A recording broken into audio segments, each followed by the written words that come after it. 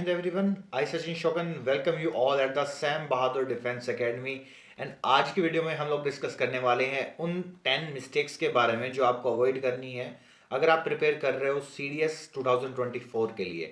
तो ये वो मिस्टेक्स हैं जो मोस्टली एस्पिरेंट्स करते हैं और इन सिली मिस्टेक्स की वजह से उनका जो एग्ज़ाम है वो अगर निकलने वाला भी होता है तो भी वो नहीं निकलता है। तो ऐसी कौन सी मिस्टेक्स हैं उनके बारे में बात करते हैं। तो सबसे पहली चीज़ जो मोस्टली एस्पिरेंट करते हैं और जो उनका नुकसान करती है उनकी प्रिपरेशन में, वो है प्रोक्रास्टिनेशन।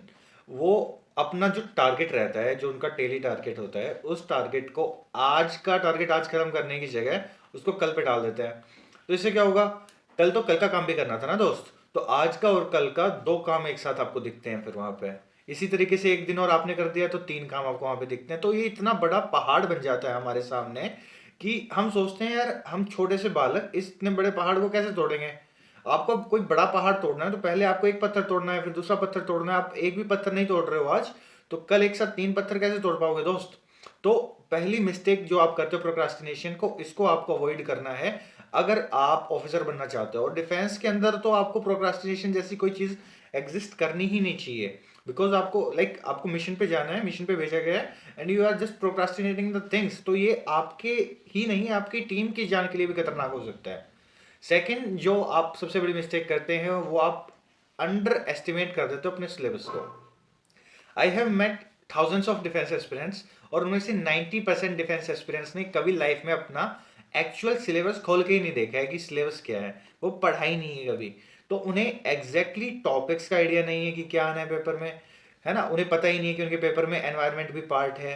नहीं पता ना आप लोगों को भी कि एनवायरनमेंट से हर साल क्वेश्चन आते हैं, आपके वेटलैंड डे पूछा जाता है आपके पेपर में। तो इतने सिंपल सिंपल क्वेश्चंस हैं जो आप छोड़ आते हो एग्जाम के अंदर। उसका क्या रीजन है कि आपने कभी सिलेबस को अच्छे से नहीं पढ़ा, आपने कभी समझा ही नहीं कि हिस्ट्री की इंपॉर्टेंस क्या है, आपने कभी समझा ही नहीं इकोनॉमिक्स की इंपॉर्टेंस क्या है, एनवायरनमेंट की इंपॉर्टेंस क्या है, डिफेंस की, करंट अफेयर्स की आपकी इंपॉर्टेंस क्या है। तो ये चीजें जब तक आप सीखोगे नहीं, पढ़ोगे नहीं, तब तक आपका नहीं होगा दोस्त। आपको ये सारी चीजें कवर करके जानी पड़ेंगी, तभी आप जीएस में एक अच्छा स्कोर लेके आ पाओगे। सेकंड डिस्कस कर लिया। थर्ड इज आपका इग्नोरिंग फिजिकल हेल्थ। देखो यार, मानो या ना मानो, सीडीएस जो आपका एग्जाम है वो आपसे मेंटल स्टेमिना तो आपका चेक करता ही करता है ना। मेंटल स्टेमिना आपका चेक करता है, लेकिन साथ में आपका फिजिकल स्टेमिना भी चेक होने वाला दोस्त। क्यों? क्योंकि पहली चीज, अगर आपकी हेल्थ अच्छी नहीं है आप पढ़ ही कम पाओगे, पहला पॉइंट।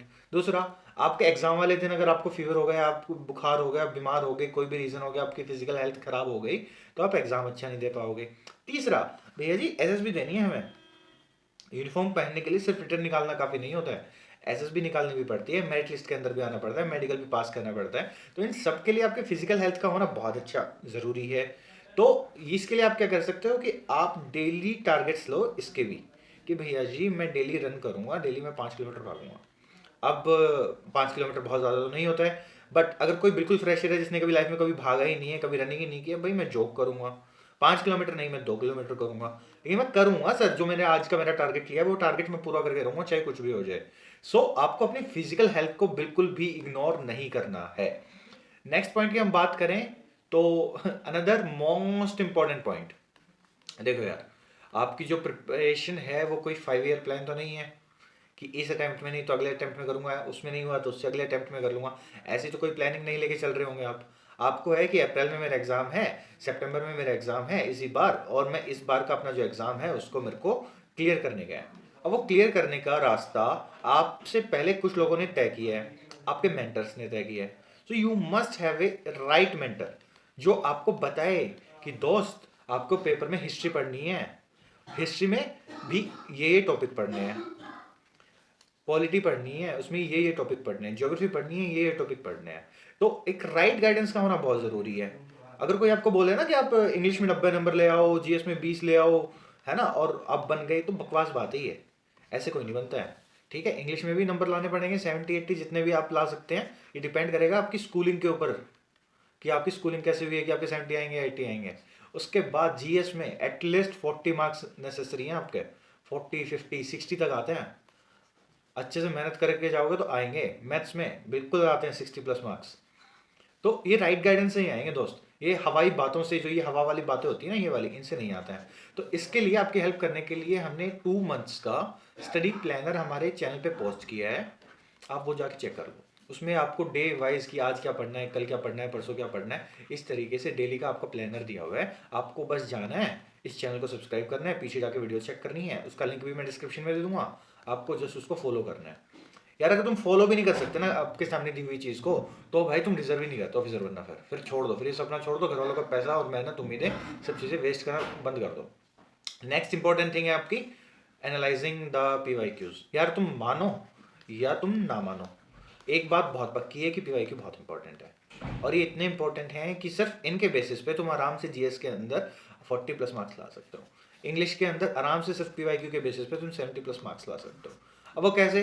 भैया जी आपको एक क्वेश्चन आपने पढ़ा, क्वेश्चन के पास 4 ऑप्शन भी तो हैं, उन ऑप्शंस को भी आपको एनालाइज करना है कि ठीक है इस ऑप्शन का क्या रिलेवेंस है, इस ऑप्शन का क्या रिलेवेंस है, इसका क्या मीनिंग है। या मान लो आपसे आर्टिकल पूछा था कि एंटचेबिलिटी कौन से में, ऑप्शन दिए आपको 14, 15, 16, 17। तो 17 तो आपने पढ़ लिया PYQ करते टाइम, तो ये ऑप्शन तो दिए हुए ना 14, 15, 16, ये भी करने हैं। इस तरीके से PYQ किए जाते हैं। इस तरीके से आप 10 साल की PYQ कर लो भाई साहब, आपका पेपर ऐसे मस्ती से क्लियर होगा। अभी PYQ करने हैं तो मैं करूँ कहाँ से? ये आप डाउनलोड कर लो सैम बहादुर की ऐप, सैम बहादुर डिफेंस एकेडमी, ठीक है। वहां पे आपको अगले 1 वीक के अंदर आपके पिछले 10 साल के PYQ विद प्रॉपर एनालिसिस आपके अपलोड हो जाएंगे। So go there and just read them, ठीक है। तुम साला, मैं देखता हूँ कैसे नहीं पास हो गया। This is the only way, this is the only way कि आपको PYQ करने हैं, राइट गाइडेंस के साथ करने हैं, और मल्टीपल रिवीजन करनी है। If you neglect your revision, आपको क्या लगेगा कि आप पेपर में बैठे हो, ठीक है। पेपर में बैठने के बाद यू विल फील कि ये तो मैंने पढ़ा था भाई साहब, पढ़ा था। 2 ऑप्शन में भैया कंफ्यूज हो गया हूँ मैं तो। वो 2 ऑप्शन में क्यों कंफ्यूजन हो रही है कि भाई साहब पढ़ा था लेकिन नेग्लेक्ट कर दिया मैंने रिवीजन को, मैंने रिवीजन प्रॉपर नहीं की। और जब तक मैं रिवीजन नहीं करूँगा तब तक मुझे टाइम पे कभी भी वो चीज़ जो मैंने पढ़ी थी याद आ ही नहीं सकती है। So you all must revise things multiple times. और आपका जो स्टडी प्लानर आपको दिया गया है उसमें आपकी रिवीजन की, आपकी टेस्ट की, हर एक चीज़ का ध्यान रखा गया है प्रॉपर, ठीक है। तो वो भी करना है। अनदर इंपॉर्टेंट फैक्टर, भैया जी मैंने रिवीजन कर लिया है, अब रिवीजन करने के बाद मुझे कोई चीज़ याद रह रही है या नहीं याद रह रही है, ये बात तो मुझे मॉक टेस्ट लगाने के बाद ही पता लगेगी ना। इससे पहले मैं कैसे कह दूंगा भाई साहब मेरे को सब आता है? हाउ आई कैन से कि मेरे को आता है, जब तक मैंने मॉक टेस्ट ही नहीं दिया होगा। तो मॉक टेस्ट लगाने हैं, ऑफलाइन मोड में लगा सको तो उससे बेस्ट कुछ नहीं है। ऑफलाइन ना मिले तो ऑनलाइन लगा लो। अब ऑफलाइन मॉक टेस्ट आप कहाँ लगा सकते हो? ऑफलाइन मॉक टेस्ट अगर आप लगाना चाहते हो तो दिल्ली के अंदर आपकी ब्रांच है सैम बहादुर एकेडमी की, वहाँ आप आइए, आप एनरोल कर सकते हैं टेस्ट सीरीज के अंदर। आप फुल लेंथ टेस्ट लगाइए यार, ठीक है। 10 टेस्ट लगाओ आप फुल लेंथ टेस्ट, 1200 क्वेश्चन हो गए आपके, 1200 क्वेश्चन इंग्लिश के हो गए, 1200 क्वेश्चन आपके GS के हो गए, 1000 क्वेश्चन आपके मैथ्स के हो गए। भाई साहब पेपर नहीं पास होगा क्या? मजाक चल रहा है यहाँ पे? अगर आपने इतनी मेहनत की, मैं कह रहा हूँ you will be the ranker. कोई नहीं मेहनत करता है इतनी, और इतनी मेहनत ज़रूरत है। कोई मेहनत नहीं करता है इसलिए पास नहीं होता है। अनदर बुरा फैक्टर जो आपके प्रिपरेशन के बीच में हर्डल है, ओवरलोडिंग द स्टडी मटेरियल। एक सब्जेक्ट की इज्जत के साथ एक किताब पढ़ लो, लेकिन द कंडीशन इज इज्जत के साथ, मतलब लॉयल्टी के साथ, मतलब कि उसको अच्छे से पढ़ूंगा, रिवीजन करूंगा, उसमें से क्वेश्चन लगाऊंगा। ये होता है इज्जत के साथ। एक सब्जेक्ट की 15 किताब उठा लोगे, सारों को एक एक बार पढ़ोगे, कुछ याद नहीं रहने वाला तुम्हें। Everything will be a waste, waste of money, waste of time, बहुत। So please don't do that thing, ठीक है। Don't overload yourself with study material, just follow one single book for a subject and give your best. इसके अलावा भैया जी 20 marks free होते हैं, ये free होते हैं, फ्री, मतलब ऐसे कहते हैं ना एग्जाम में बैठो और फ्री मार्क्स पाओ, वो फ्री मार्क्स हैं ये। तो कैसे नेग्लेक्टिंग करंट अफेयर्स आपको नुकसान कर देगा? 20 क्वेश्चन के राउंड भी अगर आता है पेपर में तो सारे के सारे ये सही किए जा सकते हैं, सारे के सारे। इसके लिए क्या कर लो? इसके लिए चैनल सब्सक्राइब कर लो। एक तो इससे क्या होगा, चैनल सब्सक्राइब करने से यहाँ तुम्हें मैराथन दिलवा दूंगा मैं, जिससे तुम्हारा करंट अफेयर सारा एक साथ हो जाएगा। दूसरा इसके अलावा क्या कर सकते हैं भैया जी? मैगजीन पढ़ सकते हैं। मैगजीन किस कौन सी पढ़ें सर? मैगजीन आप पढ़ सकते हो, दिशा की पढ़ लोगे तो अच्छी चीज़ है। दिशा की एक डिफेंस एस्पिरेंट करके आते हैं, वो नहीं पढ़नी है। दिशा की जो मैगजीन आप करंट अफेयर की पढ़ोगे वो पढ़ोगे तो क्वार्टरली पढ़ लोगे, उसके अलावा कोई और मैगजीन देखने की ज़रूरत नहीं है। Daily magazine, daily current affair कर लो, करने हैं किसी को, लेकिन बहुत ज़्यादा टाइम मत लगाना उसमें। आप मंथली कर लो, आप वीकली कर लो, आप क्वार्टरली कर लो, कुछ भी कर लो, लेकिन करंट अफेयर छोड़ के नहीं जाना है, ठीक है। This is your duty. Next, lack of well defined study plan. तुम्हें पता ही नहीं होगा दोस्त कि कल सुबह उठ के मुझे पढ़ना क्या है, तो डेफिनेटली तुम नहीं पढ़ पाओगे। यू मस्ट नो कि यार आज रात को सोते टाइम ना तुम्हारे पास कल का पूरा प्लानर रेडी होना चाहिए कि कल मैं उठूंगा, ये वाली बुक में से इतने पेज पढ़ूंगा, उसके बाद इतने घंटे रिवाइज करूंगा उन पेजेस को, और ये वाला मॉक लगाऊंगा। इस तरीके से तुम्हारा पूरा दिन प्लान होना चाहिए। अगले 60 दिन तुम ये चीज़ कर लो मेरी जान, तुम्हें आपके रिजल्ट वाली पीडीएफ के अंदर तुम्हारा नाम दिखा दूंगा मैं, नाम और रोल नंबर दोनों। सिर्फ डू दैट थिंग। ये कहाँ है? ये भैया जी चैनल सब्सक्राइब करो, तुम्हें मिल जाएगा, अपलोड हो रखा है ये पहले ही। अच्छा, if you want to clear your serious examination, so under the guidance of expert mentors, lieutenant commander Vijaynagar साहब की मेंटरशिप, मेजनीति मैम की मेंटरशिप, एस नवीन सर, खुद 7+ गवर्नमेंट एग्जाम निकाले इन्होंने, जिसमें आपका सीडीएस, एफकैट, आपका सीएपीएफ और आपका टीए और आपका प्रीलिम्स सीएससी का, ऐसे बहुत सारे एग्जाम्स हैं।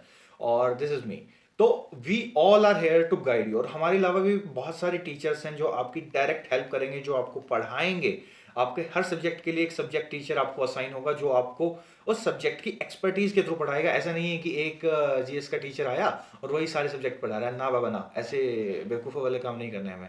जीएस का एक सब्जेक्ट आएगा, टीचर आएगा, वो एक सब्जेक्ट पढ़ाएगा, दूसरा टीचर आएगा, वो दूसरा सब्जेक्ट पढ़ाएगा। इससे क्या होगा? इससे तुम्हारी एक्सपर्टीज बनेगी, तुम एग्जाम क्लियर कर पाओगे, ठीक है। इस तरीके से एक ही, जब जीएस का टीचर एग्जाम सारे सब्जेक्ट पढ़ाता है तो उसका एग्जाम निकलता है, तुम्हारा नहीं निकलता उस चीज़ से। So there is a lot of difference, जो डिफरेंस तुम्हें समझना ही पड़ेगा। And let's work together and we can do that thing, we can clear this examination and we will become officers, we will fulfil our dreams. वो कहते हैं ना, हमारे यहाँ सपने पूरे किए जाते हैं, तो वो सपना हमारा एक ही है कि आपका सपना पूरा हो।